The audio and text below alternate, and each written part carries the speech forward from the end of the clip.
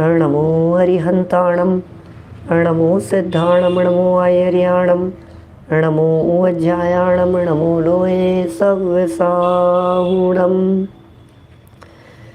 वन्दे तु सवसिद्धे ध्रुवमचलमणोवमं गदिं पते वोच्छामि समय पाहुड मिणमो सुध केवली भणिदम्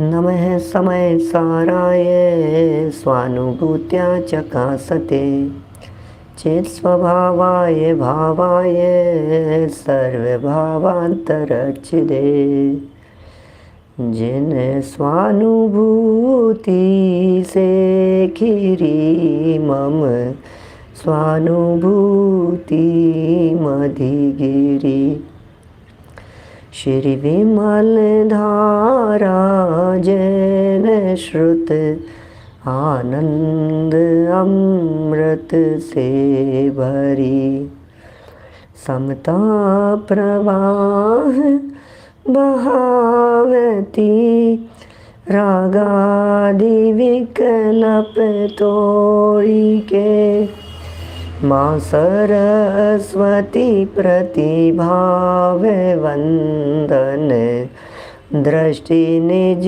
में जोड़ी के दृष्टि निज में जोड़ी के।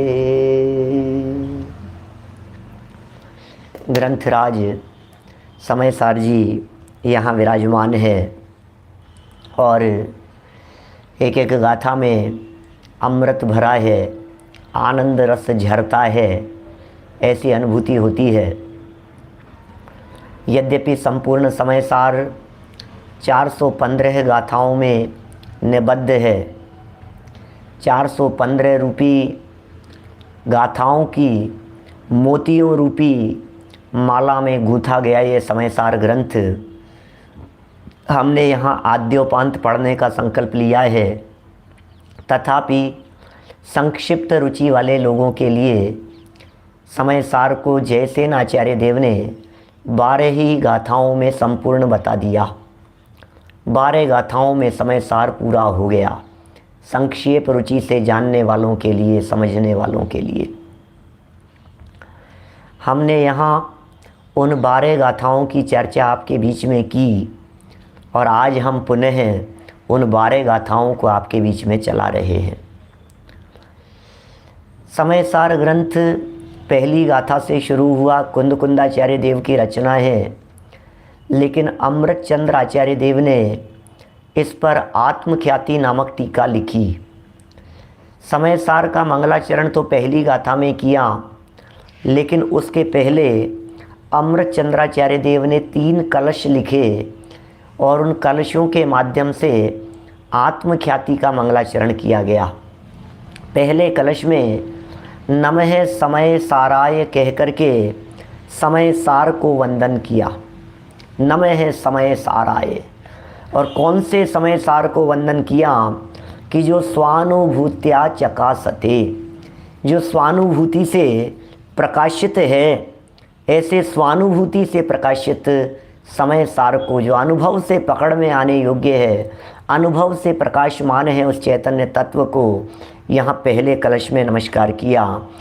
4 विशेषण दिए यहाँ, भावाय, चित्त स्वभावाय, सर्वभावांतरच्छिदे और स्वानुभूत्या चकासते। भावाय कह करके द्रव्य की चर्चा की, चित्त स्वभावाय कह करके गुणों की चर्चा की और सर्वभावांतरच्छिदे और स्वानुभूत्या चकासते कह करके पर्याय की चर्चा की। इस तरह से द्रव्य गुण पर्याय के माध्यम से उस भगवान आत्मा को बतलाते हुए उस चैतन्य तत्व को वंदन किया। दूसरे कलश में जिनवाणी को वंदन किया गया। पहले में गायक भगवान आत्मा को वंदन हुआ, दूसरे में जिनवाणी को वंदन किया। और जिनवाणी के वंदन के साथ साथ में चूँकि वह जिनवाणी देव की वाणी है, इसलिए देव को भी वंदन हो गया। अनंत धर्मणस्तत्वम, अनंत धर्मात्मक जो वस्तु और पदार्थ है उसे देखने वाली, पश्यंती जो देखती है, प्रत्यगात्मने, प्रत्यगात्मा को जो दिखाती हैं, ऐसी प्रत्यगात्मा स्वरूप अनंत धर्मात्मक वस्तु कहते हैं वो अनेकांतमयी है, वो मूर्ति नित्यमेव प्रकाशताम, वो सदा ही प्रकाशित रहे। ऐसा भी कहा कि यह जो मंगलाचरण की दूसरा कलश था ये आशीर्वादात्मक मंगलाचरण था, ऐसा हो, ऐसा रहे। फिर तीसरे कलश में ये कह दिया, ऐसी चर्चा की थी, यद्यपि मैं तो परम शुद्ध चैतन्य मूर्ति हूँ, फिर भी परिणति मलिन हुई है मोहोदय से। गजब की बात थी भाई साहब। यद्यपि मैं तो त्रिकाली ध्रुव चैतन्य आत्मा हूँ, शुद्ध हूँ, मैं तो शुद्ध चैतन्य मूर्ति हूँ, लेकिन फिर भी मेरी जो वर्तमान परिणति है ये मोह उदय से मलिन हुई है। ये अमृत चंद्राचार्य कह रहे हैं ये कि महाराज आपके भी मोह, आप तो छठे सातवें गुणस्थानवर्ती संत हो, आपके कौन सा मोह है? कि अरे भाई क्या बताऊं, ये जो ग्रंथ की टीका लिखने की भावना हो गई है, ये जो ग्रंथ को लिखने का शुभ भाव आ गया है, ये जो शुभोपयोग दशा है, इस शुभोपयोग दशा से परिणति मलिन हो गई है। अब वो जो मलिन परिणति परम विशुद्धि को प्राप्ति हो कि कैसे, कि इस आत्मख्याति नामक टीका से समय सार व्याख्या एव अनुभूते। यहाँ इन्होंने आत्मख्याति शब्द का भी प्रयोग कर दिया, समय सार की व्याख्या, समय सार की टीका लिखने का भी इन्होंने यहाँ भाव व्यक्त कर दिया। एक प्रकार से यहाँ इस तीसरे कलश में मैं आत्मख्याति लिख रहा हूँ, इस बात को स्पष्ट कर दिया गया। फिर शुरू हुआ समय सार पहली गाथा से। इस पहली गाथा में सिद्ध भगवान को वर्णन किया, और वे सिद्ध भगवान कैसे हैं? ध्रुव हैं, अचल हैं और अनुपम हैं। सिद्ध भगवान भाई साहब, यहाँ पहली गाथा में कुंद कुंदाचार्य देव ने सिद्ध पर्याय को वर्णन किया, और पहले कलश में अमृत चंद्राचार्य देव ने सिद्ध स्वभाव को वर्णन किया। सिद्धों का स्वरूप बतला दिया गया यहाँ इस पहली गाथा में, और साथ साथ में यह भी कह दिया गया कि वो चामी माने कहूँगा, समय पाहुड़ सुध केवली भणिदम। अरे भैया, मैं तो श्रुत केवलियों के द्वारा कहे गए समय सार नामक प्राभृत को कहूँगा। कैसे? सिद्ध भगवान को वंदन करके कहूँगा। तो सिद्धों को वंदन किया। टीका में ध्रुव, अचल और अनुपम इन विशेषणों की व्याख्या भी की गई, सिद्ध भगवान का स्वरूप भी बताया गया। श्रुत केवली का स्मरण किया। यहाँ काफ़ी चर्चाएं इसके बारे में हुई। फिर कहा, शिष्य ने प्रश्न किया कि महाराज आप जिस समय पाहुड़ को कहने वाले हो, ये समय क्या होता है? तो दूसरी गाथा में उस समय को बताना शुरू किया। भैया तुम समय नहीं जानते क्या? समय माने जो परिणमन करे, समय माने जो गमन करे। सम उपसर्ग पूर्वक आय धातु से समय शब्द बनाए। ये अमृत चंद्राचार्य देव ने व्याख्या की। सम उपसर्ग लगा, आय धातु है, और आय धातु का प्रयोग गमनार्थक होता है। गमन में जो जो धातुएं प्रयोग की जाती है वो जानने के अर्थ में भी प्रयोग की जाती है। इस तरह से जो जाने और परिणमन करे उसका नाम समय है। तो समय माने यहाँ जानने और परिणमन के साथ में लिया, तो यहाँ चेतन आत्मा ये समय शब्द का अर्थ किया। लेकिन इस दूसरी गाथा में कुंद कुंदाचार्य देव ने समय को दो रूपों में बता दिया, एक स्व समय और एक पर समय। जो दर्शन ज्ञान चारित्र में स्थित हो वो तो स्व समय है, और जो कर्म पुद्गल के प्रदेशों में स्थित हो वो पर समय है। इस तरह समय का बंटवारा यहाँ इस दूसरी गाथा में किया। फिर तीसरी गाथा में यह बात कह दी कि अरे अरे भाई क्या बात कर रहे हो आप?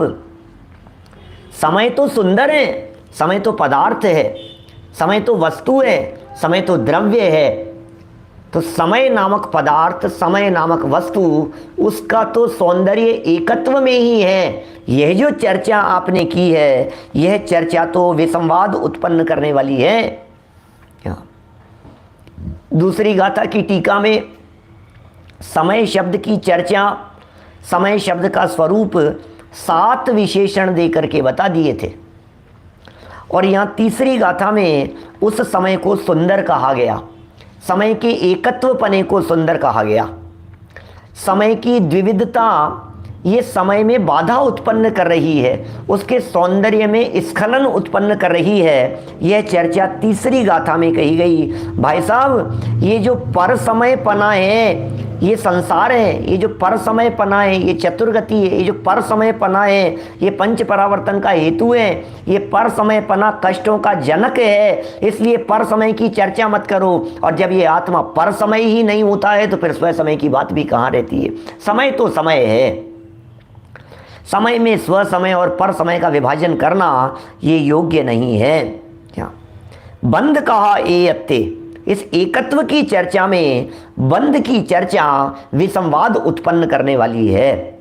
इस तरह से एकत्व भावना की चर्चा तीसरी गाथा में की गई। जब तीसरी गाथा में एकत्व भावना की चर्चा हुई और उसमें बहुत बातें, तीसरी गाथा के अंदर जो चर्चा की है, एक द्रव्य दूसरे द्रव्य को छूता नहीं है, अपने ही स्वभाव को, गुण पर्यायों का ही चुम्बन करते हैं, आलिंगन करते हैं, ये सब बातें तीसरी गाथा के अंदर बहुत गहराई से आई थी। फिर चौथी गाथा में बोधि दुर्लभ भावना की बात हो गई। तीसरी गाथा में एकत्व भावना थी तो चौथी गाथा में बोधि दुर्लभ भावना बतला दी। ओहो भैया, काम भोग बंधन की कथा तो तुमने अनंत बार सुनी है, सबकी सुनी परिचित अनुभूत भोग बंधन की कथा, लेकिन पर से पृथक, पर से भिन्न एक ज्ञायक भगवान आत्मा की चर्चा न तो कभी सुनी है, न कभी परिचय में आई है, न कभी अनुभव में आई है। और जैसे आचार्य देव ने इस काम और भोग शब्द का अर्थ भी कर दिया था।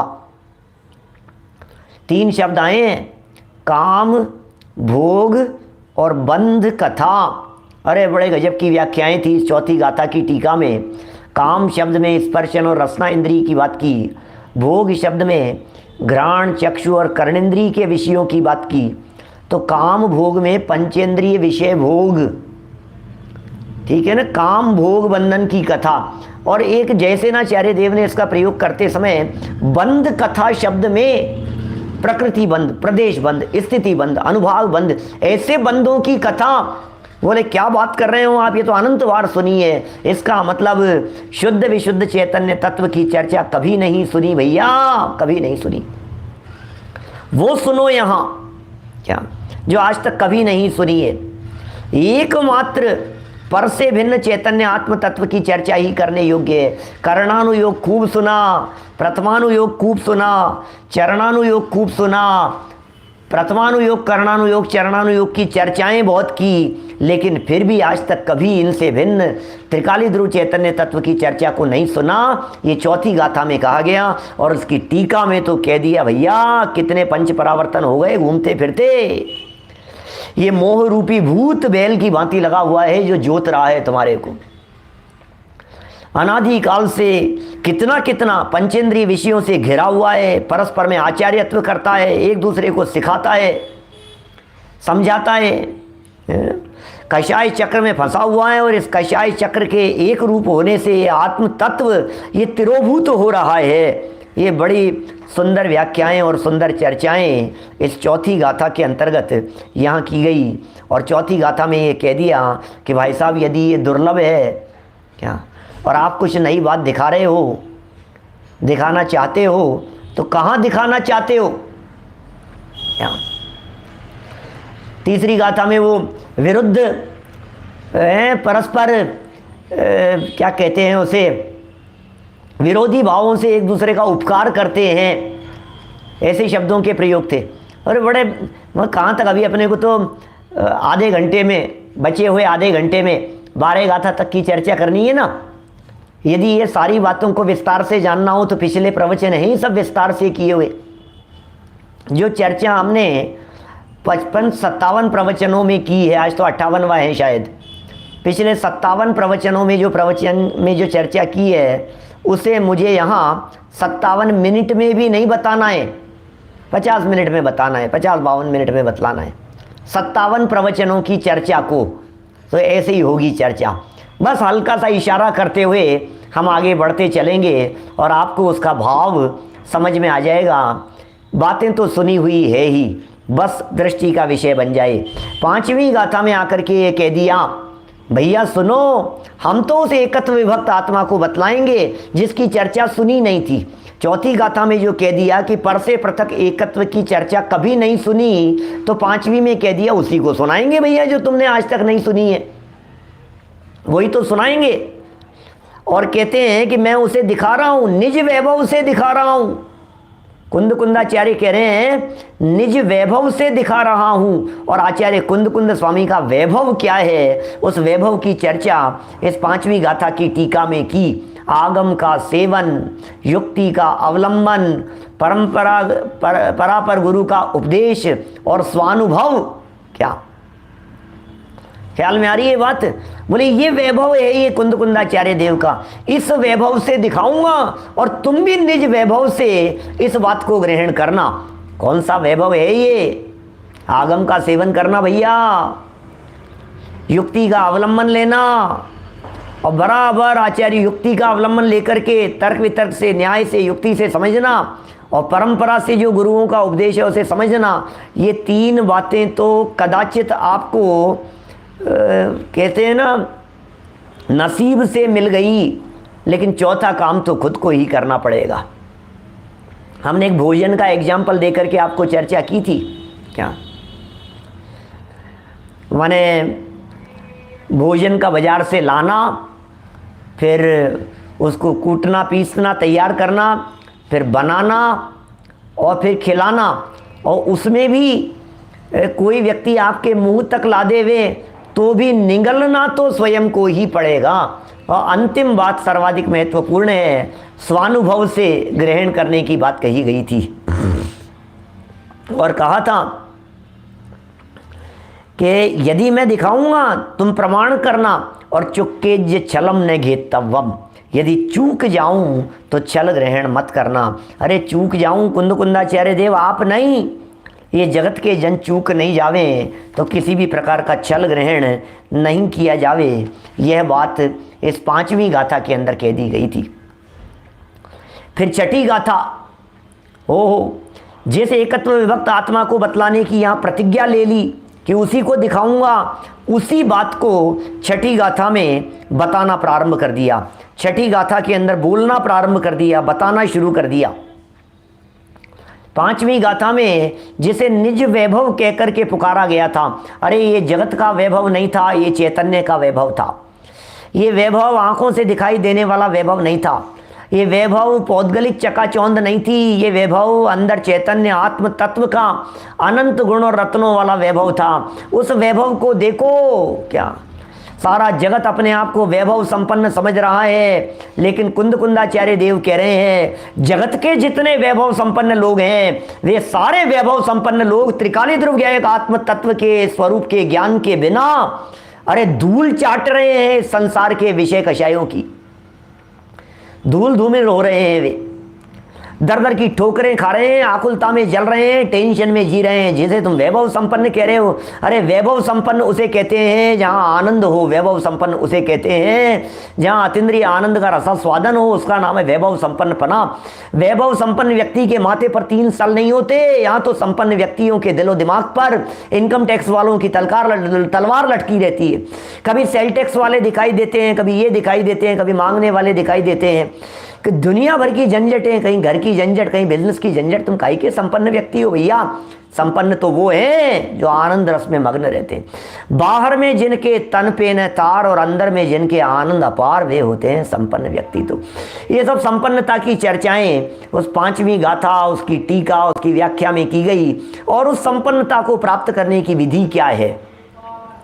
तुम संपन्न तो हो, लेकिन उस संपन्नता को आज तक कभी देखा नहीं है भाई। तो 6ठी गाथा में उस संपन्नता को दिखा दिया, दिखाया उस 6ठी गाथा को। ना प्रमत्त है ना प्रमत्त है, क्या नवी हो दिया पमत्तो पमत्तो जान गोद जो भावो। ना प्रमत्त है ना प्रमत्त है, जो एक ज्ञायक भाव है। और प्रमत्त और अप्रमत्त का स्पष्टीकरण किया गया। प्रमत्त किसे कहते हैं? प्रमत्त किसका नाम है? प्रमत्त, प्रमत्त माने होता है प्रमादी, अप्रमत्त माने होता है अप्रमादी। जो प्रमादी भी नहीं है और अप्रमादी भी नहीं है। प्रमत्त और अप्रमत्त छठा सातवां गुणस्थान है। देखो तो सही, छठे सातवें गुणस्थान में झूलने वाले महामुनिराज क्या कह रहे हैं? क्या कह रहे हैं भाई साहब? छठे सातवें गुणस्थानवर्ती भावलिंगी संत छठे सातवें में झूल रहे हैं, और छठे सातवें में झूलते झूलते वे कह क्या रहे हैं? छठे सातवें में झूलते झूलते कह रहे हैं हम छठे सातवें वाले नहीं हैं। अरे छठा गुणस्थान प्रमत्त गुणस्थान ये अंत दीपक है, सातवां गुणस्थान अप्रमत्त वो आदि दीपक है। प्रमत्त कह करके पहले से छठा गुणस्थान, अप्रमत्त कह करके सातवें से 14वां गुणस्थान, प्रमत्त अप्रमत्त कह करके गुणस्थान अतीत कहना चाहते हैं, प्रमत्त अप्रमत्त कह करके पर्याय मात्र से परे कहना चाहते हैं। अरे प्रमत्त भी नहीं है और अप्रमत्त भी नहीं है। और यदि इसकी टीका की दृष्टि से बात की जाए तो कह दिया ज्ञायक तो ज्ञायक ही है। मूल गाथा में भी कहा था ज्ञायक तो ज्ञायक ही है। ये ज्ञायक ज्ञायक ही कैसे है, इस बात को स्पष्ट करते हुए, प्रमत्त और अप्रमत्त नहीं है इस बात को कहते हुए बड़ा सुंदर तर्क दिया था। पुण्य पाप को उत्पन्न करने वाले, ऐसे शब्द थे टीका में, पुण्य पाप को उत्पन्न करने वाले समस्त शुभाशुभ भावों रूप न परिणमता होने से प्रमत्त अप्रमत्त नहीं है।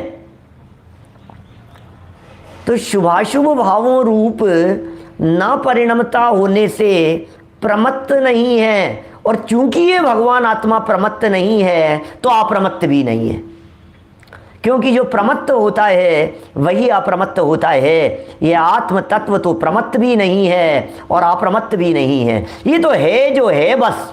क्या ये तो गुणस्थानातीत है। प्रमत्त और अप्रमत्त पना पर्याय है कि साहब प्रमत्त पना नहीं है, अशुद्ध रूप नहीं है, शुद्ध तो कह दो कि नहीं नहीं, कहां से शुद्ध कह देवे भाई साहब। अग्नि का उदाहरण देकर के यहां बात कह दी गई। दाई है, अरे बड़ा गजब की टीका है इस छठी गाथा की। छठी का लेख कह करके पुकारते थे गुरुदेव इसे। ये तो छठी का लेख है भाई। और छठी का लेख क्या होता है याद है कि नहीं आप लोगों को?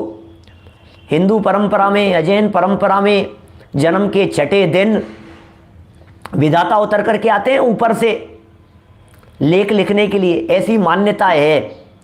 खाली कागज रखते हैं जब माथे के पीछे, सिराने के पीछे उस बच्चे के खाली कागज और कलम रखते हैं कि विधाता आएंगे और इसका लेख लिखेंगे और इसे बदला नहीं जा सकता है। भैया ये जो लिख दिया है इसका भविष्य और भाग्य विधाता ने, वो बदला नहीं जा सकता है। वो छठे दिन लिखा जाता है, इसलिए छठी का लेख कहलाता है।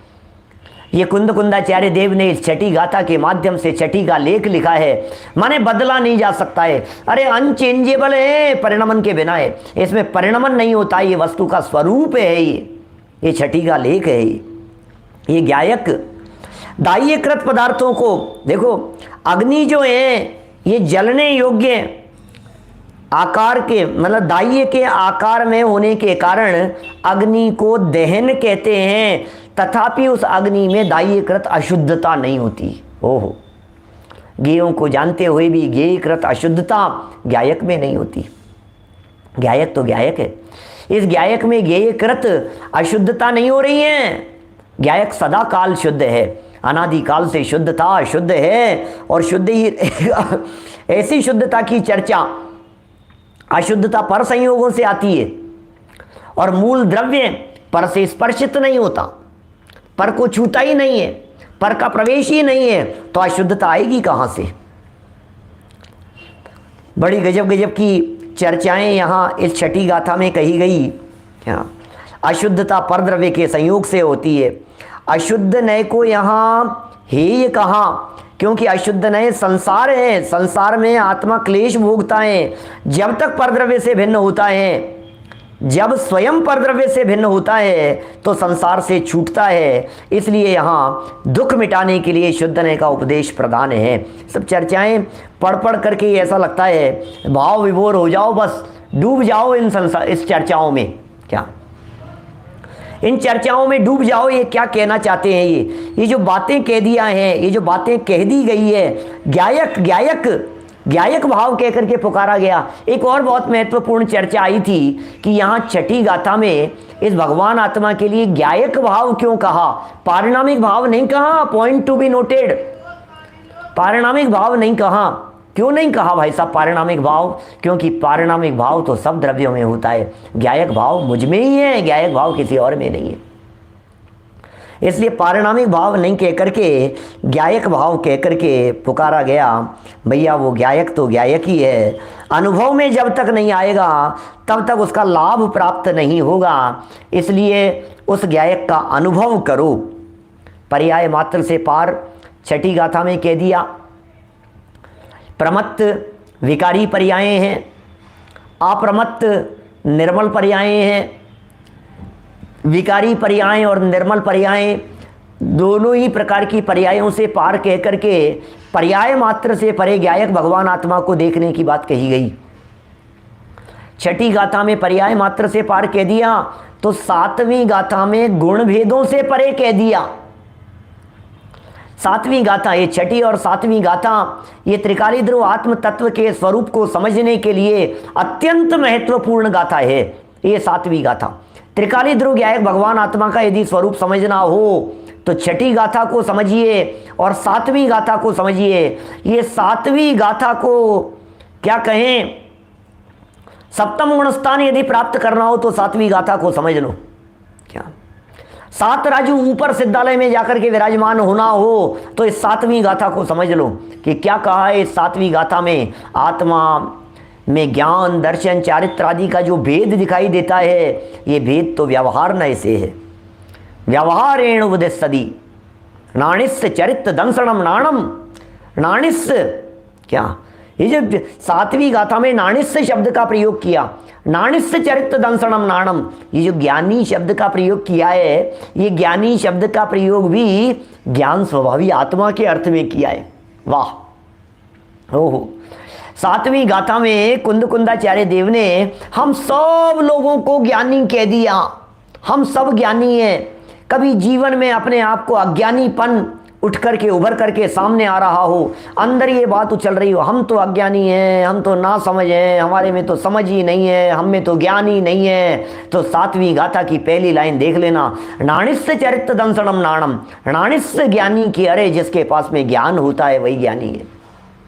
जिसके पास में ज्ञान है वो ज्ञानी है, जो ज्ञान स्वभाव से युक्त है वो ज्ञानी है। यहाँ ज्ञानी शब्द का प्रयोग स्वभाव के अर्थ में किया जा रहा है। मैं तो त्रिकाल ज्ञान स्वरूप हूं, इसलिए मैं ज्ञानी हूं। अब डरना नहीं। यदि मैं कदाचित अपने आप को ज्ञानी कह दूं कि मैं डॉक्टर संजीव कुमार गोधा, मैं तो ज्ञानी हूं, क्या, तो ये मत समझना और साहब ये अपने आप को ज्ञानी समझ रहे हैं, ये अपने आप को सम्यक दृष्टि कह रहे हैं, ये अपने आप को ऐसा कह रहे हैं, ज्ञानी कह रहे हैं। अरे भैया हम तो ज्ञान स्वभाव की अपेक्षा से अपने आप को ज्ञानी कह रहे थे क्या, और हमारे सम्यक दृष्टि होने में तुम्हें क्या ऐतराज है क्या? हमारा सम्यक दर्शन तुम्हारे काम नहीं आएगा क्या? और हमें यदि सम्यक दर्शन न हो तो इसमें तुम्हारे को किसी तरह की कमी होने वाली नहीं है। तुम भी ज्ञानी हो, हर आत्मा ज्ञानी है। हर आत्मा में देखो भगवान बस रहा है। ये गायक बैठा हुआ है अंदर में। दर्शन ज्ञान चारित्र इनका जो भेद कर दिया गया, इनका जो भेद देखो, भेद है वस्तु में, भेद कोई अवस्तु हो ऐसा नहीं समझना। जयचंद जी छाबड़ा साहब ने लिखा भेद कोई सर्वथा ही अवस्तु हो ऐसा नहीं है। आत्मा में ज्ञान और दर्शन ये दोनों भेद रूप हैं, लेकिन भेद का विकल्प नहीं खड़ा होना चाहिए। बड़ी गजब की गाथा है ये। और टीका में ऐसा कह दिया, अरे भाई छठी गाथा में जिसे उपासित होता हुआ कहा गया था, सातवीं गाथा में ये कह रहे हैं कि गुणों के विस्तार में जाने से वो उपासित नहीं होता, इसलिए यहाँ गुण भेदों का भी निषेध कर दिया गया। अरे भैया बंध, ये आत्मा में बंध की अशुद्धता हो, आत्मा में राग की अशुद्धता हो, ये बातें तो बहुत पीछे रह गई। कहाँ राग की अशुद्धता की बात कर रहे हो, कहाँ विकार की अशुद्धता की बात कर रहे हो? यहाँ तो आत्मा में ज्ञान है। यदि ये विकल्प भी खड़ा हो गया तो यह विकल्प भी अशुद्धि को जन्म देने वाला है, अशुद्धि का उत्पादक है। ख्याल में आ रही है बात? ओहो, जहाँ विकल्प मात्र को स्थान प्राप्त नहीं है, ऐसा निर्विकल्प चित्त चैतन्य चमत्कार मात्र ये गायक भगवान आत्मा इस देह देवालय में सदा काल हाजरा हुजूर बैठा हुआ है। कोई स्थान नहीं है यहाँ अशुद्धि को। कौन सी अशुद्धि की बात कर रहे हो? वो कहे साहब मेरे में राग है, द्वेष है। कहाँ बंधन, कहाँ राग, कहाँ अशुद्धता की बात कर रहा है? विकल्पों को अशुद्धि कह करके पुकारा जा रहा है। यहाँ अशुद्ध शब्द का प्रयोग अशुद्धि के अर्थ में नहीं है। यहाँ अशुद्ध शब्द का प्रयोग राग के अर्थ में, यहाँ अशुद्ध शब्द का प्रयोग विकल्प के अर्थ में है। यहाँ अशुद्ध शब्द का प्रयोग, अरे आनंद की धारा बहते समय तुझे यदि उसके संबंध में विकल्प खड़ा हो गया है तो यह आनंद में स्खलन उत्पन्न करने वाला है भाई साहब। क्या आनंद में स्खलन उत्पन्न हो जाता है? आनंद रस ले रहा हो और विकल्प आ गया। मैंने कितने उदाहरणों से चर्चा की। बादाम का हलवा खाते समय बादाम के भाव दिख गए आपको तो चम्मच मुंह में नहीं जाएगी, आनंद जाता रहेगा, उसका स्वाद नहीं आएगा। अरे जब लौकिक स्वाद भी विकल्पों के काल में चले जाते हैं, लौकिक विषयों के अनुभव भी विकल्पों के काल में जाते रहते हैं, तो ये अतीन्द्रिय आनंद रस ये विकल्पों के साथ में अनुभव का विषय कैसे बन सकता है? आनंद अतीन्द्रिय आनंद ये तो विकल्पातीत है। ध्यान दीजिएगा, ज्ञान दर्शन चारित्र का निषेध नहीं किया, ज्ञान दर्शन चारित्र के भेदों का भी निषेध नहीं किया, भेदों को लक्ष्य में लेने का निषेध किया है। तो आनंद रस झरेगा तो अतीन्द्रिय आनंद का रसास्वादन होगा। छठी गाथा में पर्याय मात्र से पार और सातवीं गाथा में गुण भेदों से परे, गुण भेदों के विकल्प से परे, ऐसा गायक भगवान आत्मा। छठी और सातवीं गाथा में, इन दो गाथाओं में लेकर के सर्व प्रकार के व्यवहार का निषेध कर दिया गया। आत्मा में ज्ञान दर्शन चारित्र का जो भेद देखा जाता है, ये भेद है व्यवहार। इस व्यवहार का निषेध कर दिया। देखिए, असद्भूत व्यवहार का निषेध तो तीसरी गाथा में ही हो गया था, जहां पर से भिन्नता की चर्चा की थी। पर से भिन्न है, जहां एकत्व की सुंदरता की चर्चा की थी तीसरी गाथा में, वहीं असद्भूत व्यवहार का निषेध हो गया था। फिर छठी गाथा में आकर के उपचरित सद्भूत व्यवहार का निषेध हो गया, क्योंकि विकारी पर्याय उपचरित सद्भूत व्यवहार का विषय है और आंशिक निर्मल पर्याय यह भी उपचरित सद्भूत व्यवहार का विषय है। तो उपचरित सद्भूत व्यवहार का निषेध छठी गाथा में हो गया और गुण भेद ये अनुपचरित सद्भूत व्यवहार के विषय हैं, इनका निषेध सातवीं गाथा में हो गया। तो तीसरी गाथा उसकी टीका, छठी गाथा उसकी टीका, सातवीं गाथा और उसकी टीका, यहाँ तक आते आते सर्व प्रकार के व्यवहार नयों का निषेध करते हुए परम शुद्ध निश्चय नय का विषयभूत गायक भगवान आत्मा, परम पारणामिक भाव स्वरूप त्रिकाली ध्रुव चैतन्य आत्म तत्व, अभेद अखंड ध्रुव अविनाशी, ऐसा चैतन्य तत्व ये दृष्टि का विषय पकड़ में आ गया, जिससे सर्व प्रकार के व्यवहारों से परे कह दिया गया। ये छठी सातवीं गाथा जिसके गहराई से समझ में आ गई, इसका मतलब दृष्टि का विषय उसके पकड़ में आ गया, गायक भगवान आत्मा पकड़ में आ गया। अरे और क्या जानना बाकी रह गया है? अब तो कुछ आगे चल करके तर्क वितर्क करने वाले हैं कि साहब सारे ही व्यवहार का निषेध करोगे, ये बातें कुछ आगे चल करके कहने वाले हैं। यहाँ तो कह दिया अनुभव में आता हुआ वो भगवान आत्मा, क्या विकल्पों का निषेध करके, और फिर कह दिया भैया ये जो भगवान आत्मा इन दो गाथाओं के माध्यम से बतलाया गया है, छठी का लेख सात राजू ऊपर ले जाने के लिए हम लोग मध्य लोक में विराजमान हैं। क्या छठी का लेख जिसके समझ में आ गया, सातवीं गाथा के माध्यम से जो बातें कह दी गई, सात राजू ऊपर जाकर के सिद्धालय में जाकर के विराजमान हो जाएगा ये व्यक्ति। जो बातें कही है ये अनुभव का विषय बन जाए।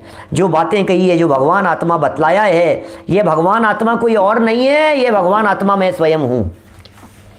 ये भगवान आत्मा कोई दूसरा नहीं है, ये गायक भगवान आत्मा मैं स्वयं हूँ। उसे जानो, उसे पहचानो, उसका अनुभव करो, उसमें समा जाओ, उसमें डूब जाओ, उसमें अपनेपन की अनुभूति करो। यही मुमुक्षुओं के लिए एकमात्र कर्तव्य है, क्या दूसरा और कुछ नहीं। सिर्फ एकमात्र कर्तव्य है मुमुक्षुओं के लिए, उस त्रिकाली ध्रुवज्ञायक भगवान आत्मा का स्वरूप जैसा कुंद कुंद महाराज देव ने 5वीं गाथा में बताने की प्रतिज्ञा की, 6ठी और 7वीं गाथा के अंदर जैसा बता दिया, बस जिसने ये पढ़ लिया अब कुछ मत पढ़ो।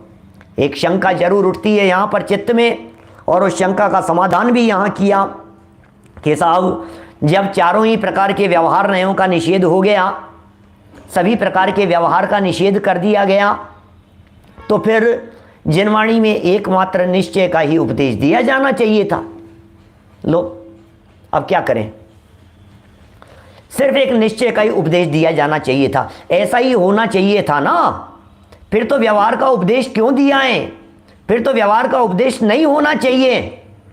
तो फिर 8वीं गाथा में आकर के कह दिया, अरे भैया जैणवी सक्कम अणज्यो अणज्य वासम बिना दुगा तुम।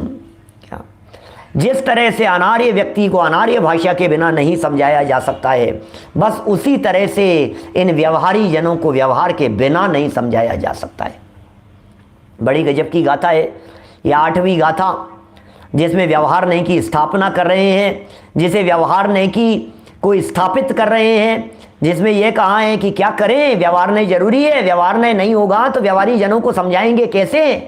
कि अरे साहब ये तो समझाने के काम आता है, समझने के भी काम आएगा कि अरे भैया ये जब तक स्वयं भी, टोडरमल जी साहब ने लिखा, जब तक स्वयं भी इस व्यवहार मार्ग से परमार्थ का निर्णय न कर लेवें, तब तक निचली भूमिका में, निम्न भूमिका में हमें भी व्यवहार नहीं उपयोगी है, ऐसा कहा गया। और जो उदाहरण दिया गया था इसमें, आत्मा शब्द सुनने वाला किसी ब्राह्मण के माध्यम से किसी म्लेच्छ व्यक्ति को स्वस्ति कहकर के पुकारा गया और इसके समझ में नहीं आया कुछ भी, और फिर किसी दुभाषिया व्यक्ति ने इधर टकटकी लगा करके देखता रहा, और किसी दुभाषिया व्यक्ति ने आकर के उसे समझाया कि स्वस्ति माने तो तेरा अविनाशी कल्याण हो, और यह बात सुनते ही उसका मन मयूर खिल गया और आंखों से अश्रुधारा बहने लगी, तेरा अविनाशी कल्याण हो। ये उदाहरण दिया, फिर सिद्धांत पर घटित किया। इसी तरह से किसी व्यक्ति को आत्मा बताया और उसे समझ में नहीं आया, तो फिर क्या करें कि उस आत्मा को ज्ञानी गुरु ने बतलाया। उन्हीं स्वयं गुरु ने या किसी अन्य गुरु ने जब उस आत्मा शब्द को समझाया, पहले तो ये देखता रहा, भाव विभोर होकर के टकटकी लगा करके देखता रहा, और फिर जब समझ में आया तो ये उस रूप परिणम गया, अतीन्द्रिय आनंद का रसास्वादन हो गया। इस 8वीं गाथा की टीका में ऐसे शिष्य के लिए भी बतलाया, शिष्य कैसे होते हैं, गुरु कैसे होते हैं, विनम्रता क्या होती है, बड़े अलग अलग तरह की बातें। अरे 5 प्रकार की लब्धियों को यहां सिद्ध कर दिया गया, घटित कर दिया गया। शिष्य सुन रहा है, ध्यान देना, शिष्य आकर के बैठा है गुरु के सामने, वो शिष्य बैठा और गुरु समझा रहे हैं और ये समझने के लिए बैठा हुआ है, तो क्षयोपशम है तब तो सुन रहा है। और सुनो, गुरु के द्वारा आत्मा कहने पर, समझाए जाने पर जब कुछ भी समझ में नहीं आ रहा है, उसके बावजूद भी क्रोध का परिणाम नहीं है, नाराजगी का परिणाम नहीं है, विरोध का परिणाम नहीं है, खेद खिन्नता का परिणाम नहीं है, समझ में नहीं आने पर भी नहीं आ रहा तो नहीं आ रहा, कोई बात नहीं, इतना जो परिणामों में मंद कषाय पना है, इसका नाम है विशुद्धि लब्धि। ये विशुद्धि लब्धि की प्राप्ति हुई उसे। क्षयोपशम था, आत्मा सुना, विशुद्धि की प्राप्ति हो गई, सुनते हुए भी कषाय भाव नहीं है, मंद कषाय भाव से सुन रहा है, रुचि पूर्वक सुन रहा है, ये विशुद्धि। और गुरु का जो उपदेश दिया गया, आत्मा का जो स्वरूप समझाया गया, ये देशना लब्धि। और जब इस देशना लब्धि को सुनकर जब उसका मंथन चलने लगा, चिंतन चलने लगा, गहराई में डूबने लगा, तो प्रायोग्य लब्धि। और जब उस विषय को सुनकर के, समझ करके अंतर स्वभाव के अंदर डूब गया, तो आंखों से अश्रुधारा बहने लगी। अरे परिणम गया वो चैतन्य तत्व, शुद्धता में परिणम गया। इसका नाम है करण लब्धि की प्राप्ति और आनंद की अनुभूति। 5 लब्धियों को यहां घटित कर दिया गया इस 8वीं गाथा की टीका में, यह उदाहरण दे दिया गया। फिर 9वीं गाथा में, चूंकि 8वीं गाथा के अंदर जो बात कही गई थी, इसी बात को आगे चलाते हुए 9वीं और 10वीं गाथा में, ये 9वीं और 10वीं गाथा युग्मम जुम्मम कहा था, वहां जोड़ा है इन दोनों गाथाओं का। श्रुत केवलियों की चर्चा कर दी, व्यवहार से श्रुत केवली, निश्चय से श्रुत केवली, ये भी बड़ी गजब की गाथाएं थी ये दोनों गाथाएं। व्यवहार ने से कौन श्रुत केवली है, बोले जो सर्वश्रुत को जानते हैं वे व्यवहार से श्रुत केवली है, जो श्रुत को जानते हैं, जो द्रव्य श्रुत को जानते हैं वे व्यवहार से श्रुत केवली हैं। लेकिन ये श्रुत शब्द का अर्थ शास्त्र भी होता है और श्रुत शब्द का अर्थ श्रुत ज्ञान भी होता है। श्रुत ज्ञान, तो सर्वश्रुत को जानते हैं माने सर्व द्वादशांग रूप श्रुत को जानते हैं, और सर्वश्रुत को जानते हैं क्योंकि निश्चय से श्रुत माने श्रुत ज्ञान, और जो ज्ञान है वो जितना ज्ञान है उतना आत्मा है। तो जो ज्ञान को जानते हैं इसका मतलब वो आत्मा को जानते हैं। क्या अर्थ हुआ बोलो? जो सर्वश्रुत को जानते हैं इसका मतलब सर्वश्रुत ज्ञान को जानते हैं ना, भावश्रुत ज्ञान को जानते हैं। तो श्रुत ज्ञान जितना ही तो आत्मा है, तो जिसने ज्ञान को जाना उसने आत्मा को जाना। ओहो, इस तरह से वो निश्चय से देखा जाए तो वे अपनी आत्मा को ही जानते हैं, जिन्हें व्यवहार से श्रुत केवली कहा गया था। अरे सूक्ष्मता में जाकर के देखो, निश्चय से देखने पर वे द्वादशांग को नहीं जान रहे, वे तो अपनी आत्मा को ही जान रहे हैं। इसलिए व्यवहार दृष्टि से देखा जाए तो बाह्य द्वादशांग को जानना, द्रव्य श्रुत को जानना या फिर ज्ञान को जानना, ये जो भेद खड़ा हुआ ये व्यवहार से श्रुत केवली, और ज्ञान को नहीं ज्ञायक को जाना ये निश्चय से श्रुत केवली। इस तरह से श्रुत केवलियों की व्याख्या व्यवहार पूर्वक निश्चय होता है, व्यवहार से निश्चय पकड़ में आता है। व्यवहार प्रतिपाद्य है, निश्चय प्रतिपादक है। व्यवहार के बिना निश्चय का प्रतिपादन नहीं हो सकता। इस तरह से 8वीं, 9वीं और 10वीं गाथा में इनमें प्रतिपाद्य प्रतिपादक संबंध को बतलाया। व्यवहार निश्चय के, व्यवहार से निश्चय की प्राप्ति होती है, व्यवहार निश्चय तक पहुंचाने का काम करता है। व्यवहार में मार्ग है जो मंजिल को दिखाने का काम करता है। लेकिन यहां स्थापना कर दी और 11वीं गाथा में आकर के फिर क्या कह दिया गया? अरे भैया क्या कर रहे हो तुम? सुनो, यहां पूरी तरह से स्थापना कर दी, यद्यपि व्यवहार नहीं की कि व्यवहार ने और अच्छा सा व्यवहार ने। बोले सुनो, व्यवहार में अटका तो सम्यक दर्शन की प्राप्ति नहीं होगी। 11वीं गाथा में आकर के निषेधक संबंध बतला दिया, निषेधक निषेध्य संबंध बतला दिया गया। क्या बोलो? ये निषेधक निषेध्य संबंध 11वीं गाथा में यह कह दिया गया, शुद्ध नहीं तो भूतार्थ है और अभूतार्थ है व्यवहार नहीं।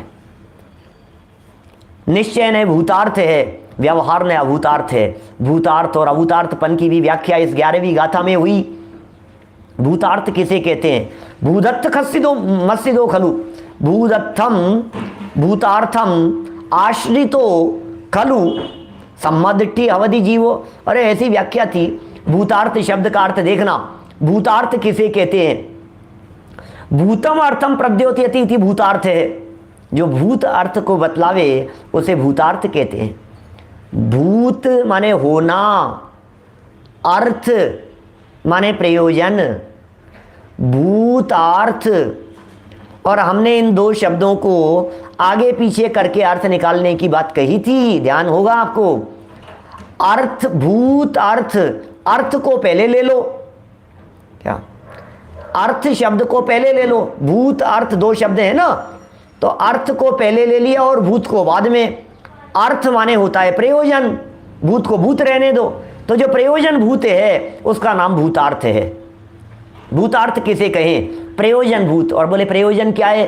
बोले प्रयोजन तो सम्यक दर्शन की प्राप्ति करना है। तो बोले सम्यक दर्शन की प्राप्ति रूपी प्रयोजन तो निश्चय नय से ही सदता है, शुद्ध नय से ही सदता है। सुनना, निश्चय भी नहीं, शुद्ध नय शब्द का प्रयोग किया, क्योंकि निश्चय भी 4 हैं। निश्चय भी 4 प्रकार के हैं। उन 4 प्रकार के निश्चयों में से 3 से आपका प्रयोजन नहीं सधेगा। एकमात्र जो परम शुद्ध निश्चय नय है उससे ही प्रयोजन सदता है। इसलिए परम शुद्ध निश्चय नय ही भूतार्थ है, जिसके आश्रय से सम्यक दर्शन की प्राप्ति होती है उसे भूतार्थ कहते हैं। क्या? और जिसके आश्रय से सम्यक दर्शन की प्राप्ति न हो उसे अभूतार्थ कहते हैं। यद्यपि यहाँ व्यवहारने को अभूतार्थ कहा गया, व्यवहारने को असत्यार्थ कहा गया, व्यवहारने को झूठा कहकर के पुकारा गया, तथापि वो सर्वथा झूठा नहीं है। वो व्यवहारने निश्चय की अपेक्षा से झूठ है, उसके आश्रय से प्रयोजन की सिद्धि नहीं हो पा रही है। ये बातें इस 11वीं गाथा के अंदर कह दी गई थी। और इतना सब कुछ प्रकरण कह देने के बावजूद भी चित्त में ये प्रश्न फिर बना रहा कि भैया आप ये तो बतला दो हमारे को कि ये व्यवहार नए क्या बिल्कुल ही प्रयोजनवान नहीं है क्या? व्यवहार ने बिल्कुल ही अभूतार्थ है क्या? व्यवहार ने काम का ही नहीं है क्या कि कभी काम का है?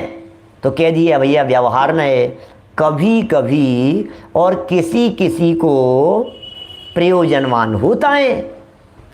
तो व्यवहार ने कब प्रयोजनवान होता है, व्यवहार ने किसको प्रयोजनवान होता है, यह बात बताने के लिए 12वीं गाथा दे दी गई। क्या किसको प्रयोजनवान होता है ये व्यवहार नए और निश्चय नए? बोले सुनो, जब तक यह जीव अपरम भाव में स्थित है, हमने परम भाव अपरम भाव की खूब विस्तार से व्याख्या की है आपके बीच में, जब तक यह जीव परम भाव को प्राप्त न होवे तब तक व्यवहार नए को उपयोगी जानना, और जब यह अपरम परम भाव की प्राप्ति कर लेवे तो फिर निश्चय नए ही उपयोगी है, वहां फिर व्यवहार की उपयोगिता समाप्त हो जाती है। इस तरह परम भाव और अपरम भाव, काफ़ी चर्चाएं परम भाव और अपरम भाव के बारे में हुई, यहाँ ज़्यादा उसके संबंध में नहीं खोल रहा हूँ मैं क्योंकि समय सीमा दिख रही है और मुझे अभी जय जन्मयम पवज्जय की चर्चा भी करनी है और अंतिम कलश की बात भी करनी है। सुनो, फिर भी सुनो, इस 12वीं गाथा की टीका में वो 16 ताव के गोल्ड की चर्चा की और एक एक स्टेप बढ़ने की बात कही। तो बोले जब तक मार्ग में चल रहा है तब तक जिस जगह पर है उस जगह पर वो उपयोगी है जहाँ खड़ा है, और ऊपर ऊपर चलते गए तो फिर नीचे की चर्चाएं अनुपयोगी हो गई। हमने प्रधानमंत्री जैसा उदाहरण देकर के आपको बात कही थी। जैसे प्रधानमंत्री हैं हमारे माननीय नरेंद्र मोदी जी, वे पूर्व में मुख्यमंत्री थे, तो अब उस मुख्यमंत्री पद का भी उल्लेख करते होंगे कि मैं मुख्यमंत्री हूँ। पीछे छूट गई वो बात, आगे बढ़ गए हैं अब। तो जो परम भाव को प्राप्त हो गए हैं उनके लिए व्यवहार ने उपयोगी नहीं रहता है। लेकिन एक गाथा को यहाँ बीच में कोटेशन के रूप में कोट कर दिया, जो 415 गाथाओं में एकमात्र कोट की गई गाथा है। जय जिणमयम पवज्जय तामा व्यवहार निश्चय मुय एकेण विना छिज्जयी तित्थम अन्नेण उण तच्चम। संयोग से ये गाथा भी 1-2 दिन पहले टीवी के पारस चैनल पर भी हमारे द्वारा कही गई थी। यही गाथा, यही प्रकरण पुरुषार्थ सिद्धि उपाय के प्रकरण में चर्चा चल रही थी। एक के बिना तीर्थ का लोप हो जाएगा, एक के बिना तत्व का लोप हो जाएगा। यदि जिन मत को प्रवर्ताना चाहते हो तो व्यवहार और निश्चय इन दोनों में से एक को भी मत छोड़ो। और तीर्थ और तत्व की भी 2-2 प्रकार से व्याख्या की गई थी और प्रवर्ताने की भी 2 प्रकार से व्याख्या की गई थी।